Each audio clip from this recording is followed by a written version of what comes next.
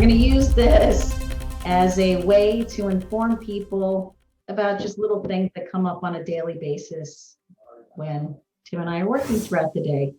So one of the things we wanted to talk about is the support collection unit and what a complete fiasco it can be for people who have to make payments through the support collection unit. So here's a little tidbit that Tim and I have come across. An individual was ordered to pay child support. He was already paying child support, and there was an agreement as to how the back support was going to be paid.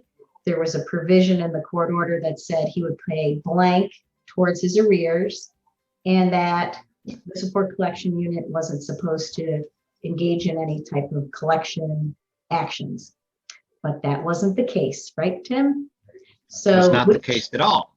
So it happened in one of our local counties, and every county has a support collection unit, a local support collection unit, but most of the counties try to hide the telephone number from you. So you have to really do a thorough Google search to find that telephone number. So actually, or you can just call the DSS building directly and say, I'd like to speak with the support collection unit, and they will connect you. And that's how Tim got connected. So what were the struggles you came across, Tim? The problem is the support collection unit wants to defer everybody to the state number that handles it. The state has no clue about any of the orders or what's actually being done. They just understand what needs to be enforced, and they just follow whatever federal guidelines are given to them as far as collecting the debt. They don't see the court order, they don't read the court order, and they really don't care about the court order. If the judge does not put provisions in there that says you cannot do this, well, the federal guidelines allow them to collect the support or arrears by any means necessary. Even if the judge has already put a provision for the back support to be paid incrementally added to the regular support order, doesn't matter. They can freeze your accounts, they can freeze your retirement, they can put liens against your car, however they want to do it, even if you're already paying it. And not only liens, they can seize your car, because New York State will also send out a tax warrant. And the tax warrant provides they can come into your house and grab your personal belongings. And a long time ago, I had a client who had a car he maybe paid $500 for, and they took the car to pay a $200 arrears amount. It was kind of freaky. The guy went nutso when that happened. And there was also a time when I know an employee for one of our local counties, his personal vehicle was taken and he had the keys to the city. And I spoke with the Department of Taxation about that you can't seize people's vehicles without giving them access to the contents of their vehicles, because there might be property owned by an employer, a county, medication. They don't care, and by the time you get through to somebody who knows exactly what's happened, it's already too late and the car's been sold or it's been transferred out of the impound place. But with what Tim is talking about, you really need to ask your attorney to have any types of arrears collected outside of the support collection unit. And in the event your client doesn't pay, then it can go through the support collection unit. And really understand that New York State doesn't care.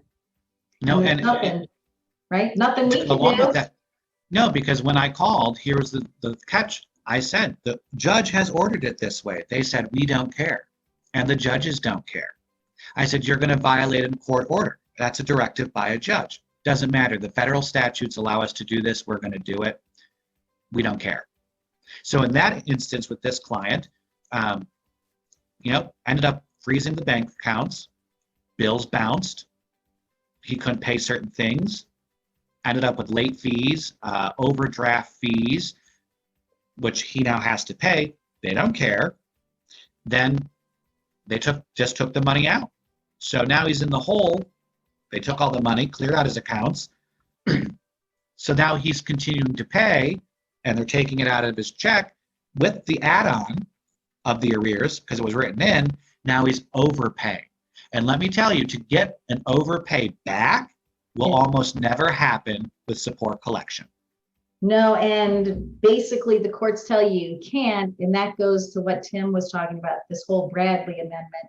And there's something in the statutes that don't allow recoupments of overpayments. Their attitude is it's just a gift to the parent. So this little segment just for this morning, we wanted to keep it short and tight. If you can tell your lawyer, or if you're self-represented and you went to court for the first time and they established child support, ask to see if the judge will not call it retroactive arrears, and that they will, and you'll come up with an agreement with the other side that you'll pay outside of the support collection unit the arrears amount, and then they can take the other amount that your weekly or biweekly or monthly obligation gets pulled from your employer employment.